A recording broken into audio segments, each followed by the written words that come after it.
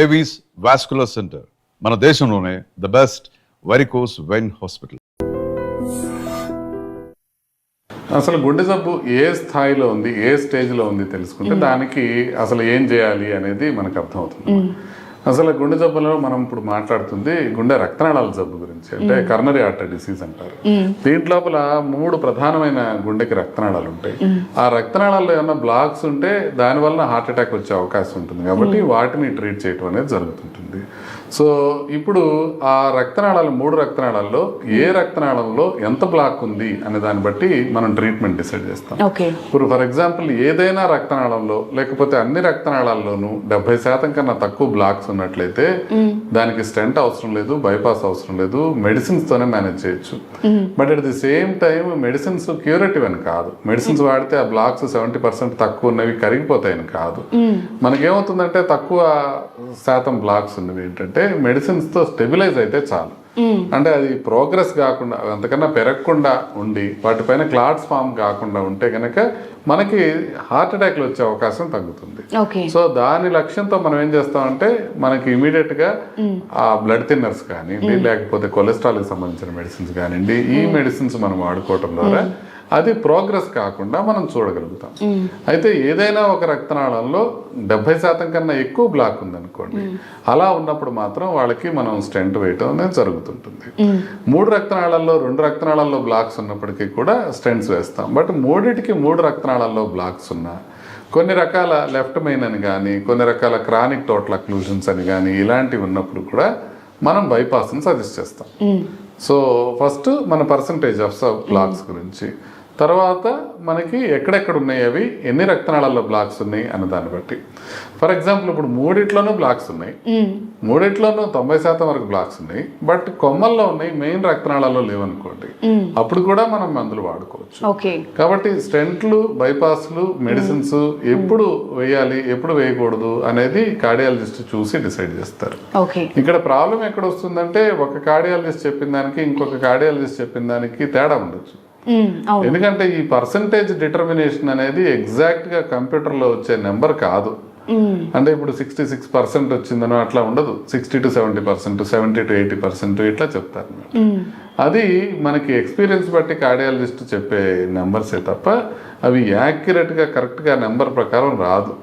So అప్పుడు ఏం చేస్తారంటే ఒక కార్డియాలజిస్ట్ ఫర్ ఎగ్జాంపుల్ స్టెంట్ వేసుకోమని చెప్తే ఇంకో కార్డియాలజిస్ట్ దగ్గరికి వెళ్ళినప్పుడు సరేనండి మెడిసిన్స్ వాడదామంటే మొదటి కార్డియాలజిస్ట్ ని దుర్మార్గుడు అనుకునే ప్రమాదం ఉంటుంది. అట్లా ఉండదు. ఇప్పుడు ఎట్లా ఉంటుందంటే మనకి ఏది కరెక్ట్ అనేది ప్రధానంగా మన సిమ్టమ్స్ బట్టి ఆధారపడి ఉంటుంది, మనకున్న బ్లాక్స్ తీవ్రత బట్టి ఆధారపడి ఉంటుంది. ఒక టైంలో స్టెంట్ ఖచ్చితంగా వేయాల్సిన టైం ఏంటంటే హార్ట్ అటాక్ వచ్చిన టైం.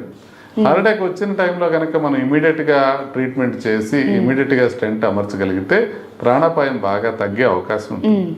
అది మనకి ఖచ్చితంగా స్టెంట్ వేయించుకోవాల్సిన టైం. అప్పుడు ఆర్గ్యూ చేయకూడదు అనమాట, మేము సెకండ్ ఒపీనియన్ తీసుకుంటాం, థర్డ్ ఒపీనియన్ తీసుకుంటాం అనేది చేయకూడదు. హార్ట్ అటాక్ వచ్చినప్పుడు ఏ కార్డియాలజిస్ట్ చెప్పినా ఓకే హార్ట్ అటాక్ ఉంది, హార్ట్ అటాక్ కోసం వేస్తున్నాం అన్నప్పుడు అది వేయించేసుకోవడమే మంచిది, రాదర్ దాన్ని వెయిట్ చేయటం కన్నా. బట్ మిగతా సందర్భాల్లో 1-2 ఒపీనియన్స్ తీసుకోవచ్చు. ఓకే ఇలా ఉంది, దీన్ని ఏమంటారు, ఇంకొకరు చెప్పినప్పుడు మొదట చెప్పిన ఆయనకి కన్నా భిన్నమైన అభిప్రాయం ఉంటే కోపడక్కర్లా. సో ప్రొసీజర్ అవసరమైనట్లు చెప్పిన వాళ్ళు అందరూ చెడ్డవాళ్ళు కాదు, ప్రొసీజర్ అవసరం లేదని చెప్పిన వాళ్ళందరూ మంచి వాళ్ళు కాదు. యూజువల్గా ఏమవుతుందంటే ఒకళ్ళు ప్రొసీజర్ అవసరం అని చెప్పిన తర్వాత ఇంకొకళ్ళు ప్రొసీజర్ అవసరం లేదని చెప్పి మళ్ళీ 3 నెలల తర్వాత అదే ప్రొసీజర్ చేసే అవకాశం ఉంటుంది. సో అట్లా కూడా ఉంటుంది. సో అందుకోసమని మనకి కావాల్సింది ఏంటి, మనకి సిమ్టమ్స్ ఏమున్నాయి, లోపల బ్లాక్స్ ఎంత పర్సెంట్ ఉన్నాయి అనేది చూసుకొని దాని ప్రకారం మనం ఒక నిర్ణయం తీసుకోవడం మంచిది.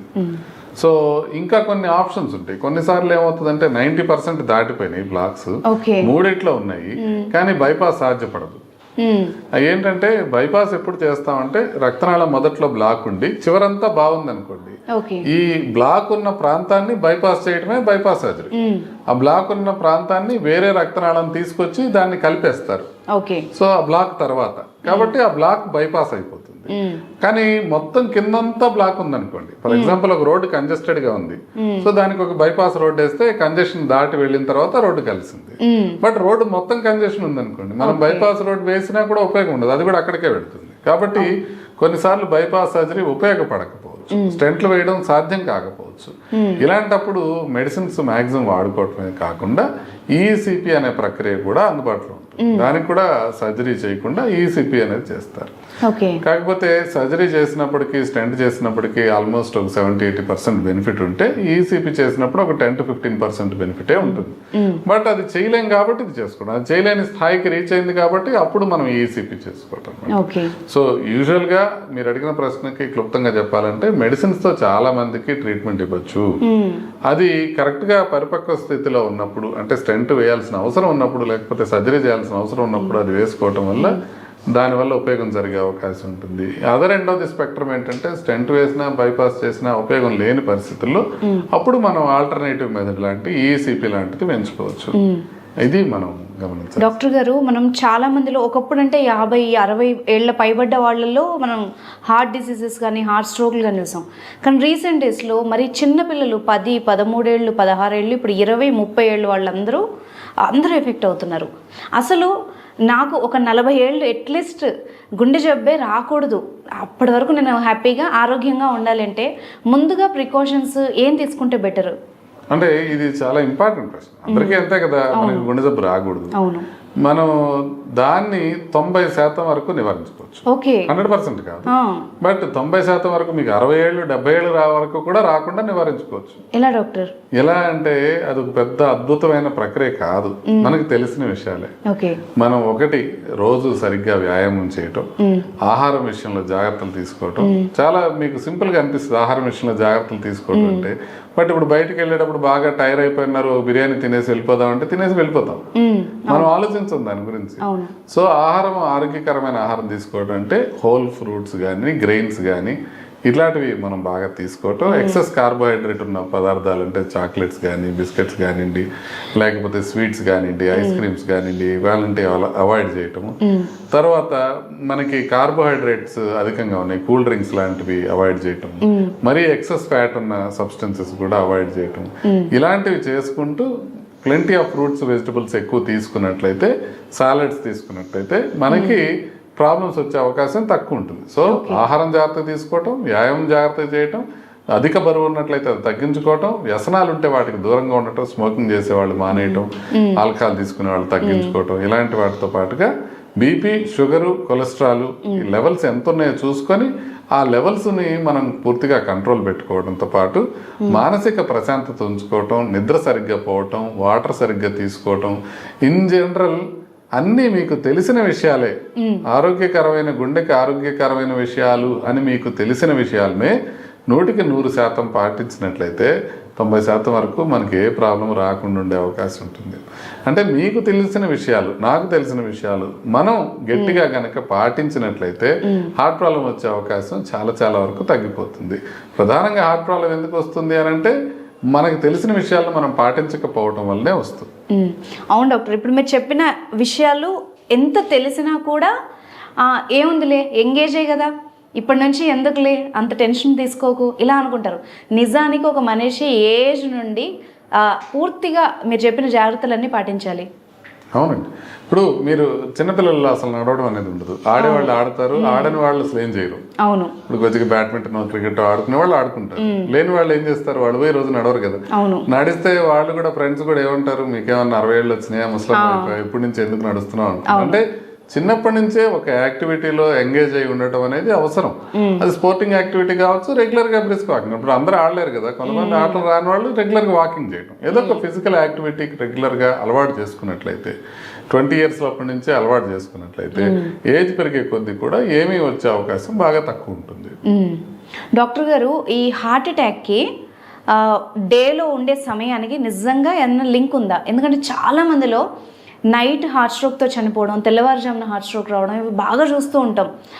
నిజంగా టైమింగ్కి దానికి ఏమైనా రిలేషన్ ఉందా? యూజువల్గా తెల్లవారుజామునే హార్ట్ అటాక్లు ఎక్కువ వస్తుంటాయి. ఓకే, ఎందుకు అని అంటే కౌంటర్ రెగ్యులేటరీ హార్మోన్స్ అంటారు. అంటే మామూలుగా నిద్రపోతున్నప్పుడు హార్మోన్ లెవెల్స్ చాలా తక్కువ ఉంటాయి, అందువల్ల బీపీ తక్కువ ఉంటుంది, హార్ట్ రేట్ తక్కువ ఉంటుంది, సింపథెటిక్ నర్వస్ సిస్టమ్ అనేది బాడీలో ఉంటుంది, అది తక్కువ మోతాదులో పనిచేస్తుంటుంది. మనం ఎర్లీ మార్నింగ్లో మనని లేపి మనని డే మొత్తం చూడటానికి వీలుగా hormonal levels sympathetic nervous system activate అవుతాయి. అవి పొద్దున పూట మనకి యాక్టివేట్ అయ్యేటప్పటికి పొద్దున పూట సహజంగా ఎర్లీ మార్నింగ్లో మన బీపీ పెరగడం, మనకి హార్ట్ బీట్ పెరగడం జరుగుతూ ఉంటాయి. సో ఈ హార్మోన్స్ ప్లస్ ఈ సింపథెటిక్ నర్వస్ సిస్టమ్ ఎక్కువగా ఉండటం వల్ల మనకి హార్ట్ ప్రాబ్లమ్స్ అనేది ఎర్లీ మార్నింగ్లో ఎక్కువ వచ్చే అవకాశం ఎక్కువ ఉంటుంది. సో ఆ ప్రక్రియని ప్రపంచవ్యాప్తంగా యాక్సెప్ట్ చేస్తారు, ఎర్లీ మార్నింగ్ లోనే ఎక్కువ వచ్చే అవకాశం ఉంటుంది. బట్ అట్లానే అప్పుడే రావాలండి, రోజు మొత్తం మీద ఎప్పుడైనా రావచ్చు, బట్ యూజువల్ గా ఎర్లీ మార్నింగ్ లో స్టార్ట్ అవుతుంది. బట్ ద ప్రాబ్లం ఏంటంటే ఇప్పుడు ఫర్ ఎగ్జాంపుల్ ఇప్పుడు ఒక 4 o'clock కి అటాక్ వచ్చింది అనుకోండి, ఆ వ్యక్తి ఇంట్లో వాళ్ళని లేపడానికి కూడా సందేహిస్తారు ఈ టైంలో ఎట్లా అని. సో ఇప్పుడు కుటుంబ సభ్యులను లేపడానికే సందేహిస్తారు, ఆ టైంలో డాక్టర్స్ ఉంటారో లేదో అనుకుని నెమ్మదిగా 10 గంటలకు వెళ్ళేటప్పటికి హార్ట్ అటాక్ వచ్చిన మొదటి 6 గంటల లోపల మనం యాంజియోప్లాస్టీ కానీ లేకపోతే ఇంజెక్షన్స్ కానీ ఇచ్చినట్లయితే ప్రాణానికి ప్రమాదం గణనీయంగా తగ్గే అవకాశం ఉంటుంది.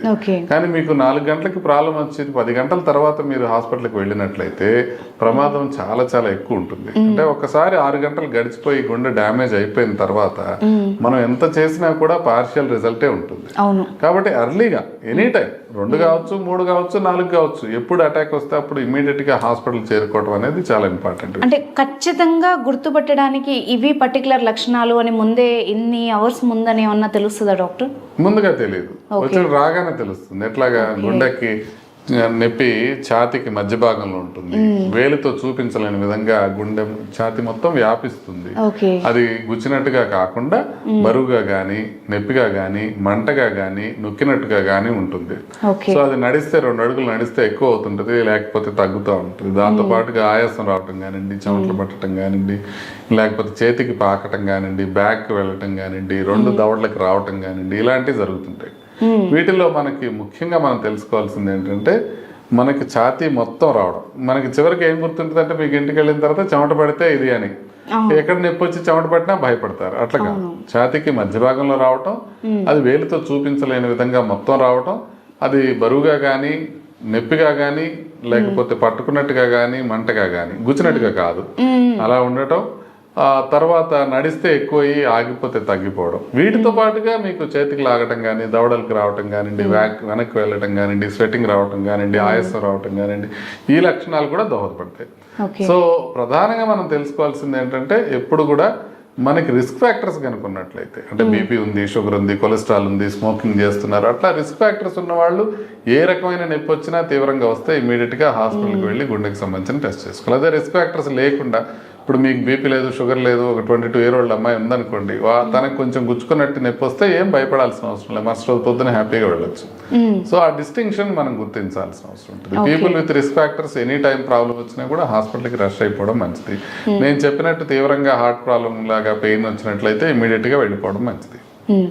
డాక్టర్ గారు, మనము ఇప్పుడు ఈ మధ్యకాలంలో మార్కెట్లో చూస్తున్నాం, చాలా రకాల ఆయిల్స్ డిఫరెంట్గా తింటున్నారు, అండ్ జంక్ ఫుడ్ తింటున్నారు, మయోనీస్తో సహా, అంటే చీజ్ కానీ, నెయ్యి కానీ, ఏదైనా అన్నీ తింటున్నారు. నిజంగా ఇవి గుండెకి మేలు చేస్తాయా? నెయ్యి కూడా ఏ విధంగా మంచిది, లేకపోతే ఏ విధంగా గుండె జబ్బులు ఉన్న వాళ్ళు తినొచ్చా? నెయ్యి గురించి కొంచెం కాంట్రవర్షియల్ టాపిక్.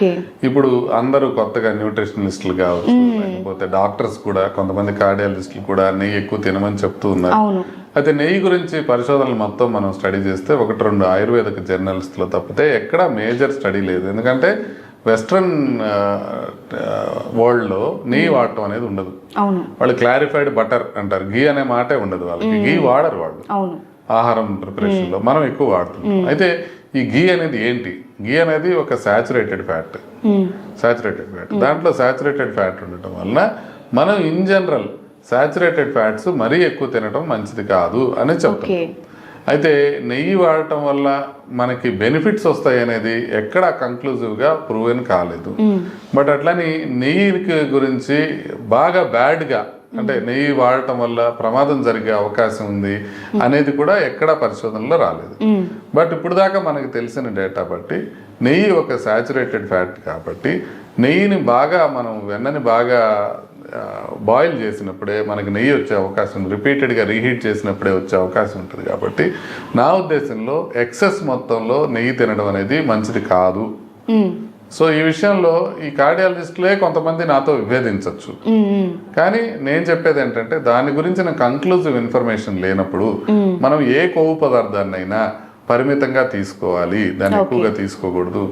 అది మిగతా నూనెలాగానే లేకపోతే మిగతా సాచురేటెడ్ ఫ్యాట్స్ లాగానే మనం దాన్ని కూడా కొంచెం సస్పెషన్తోనే చూడాలి. అది ఆవు నెయ్యి కావచ్చు, గేదె నెయ్యి కావచ్చు, ఏ నెయ్యి అయినా తప్ప మనం ఎక్కువగా వాడటం అయితే మంచిది కాదు అనేది నా అభిప్రాయం.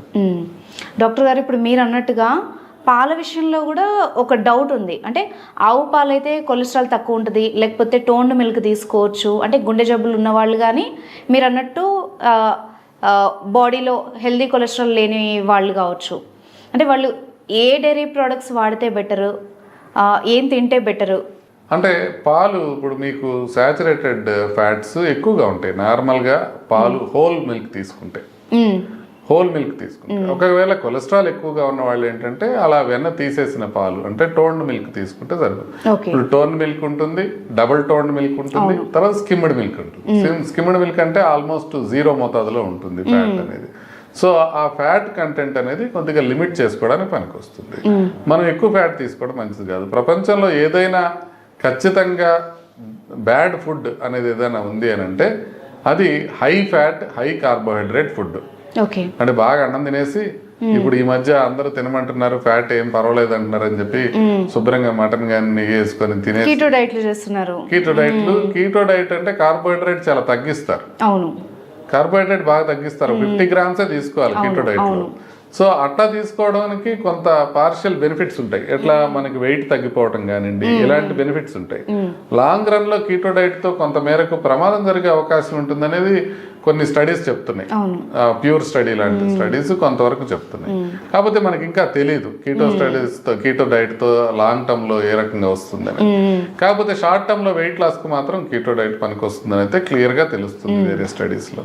కాబట్టి కీటో డైట్ లో కొంచెం మనం మాడిఫై చేసేది ఏంటంటే కార్బోహైడ్రేట్ అంతా తగ్గించేసి ఫ్యాట్ తింటుంటారు.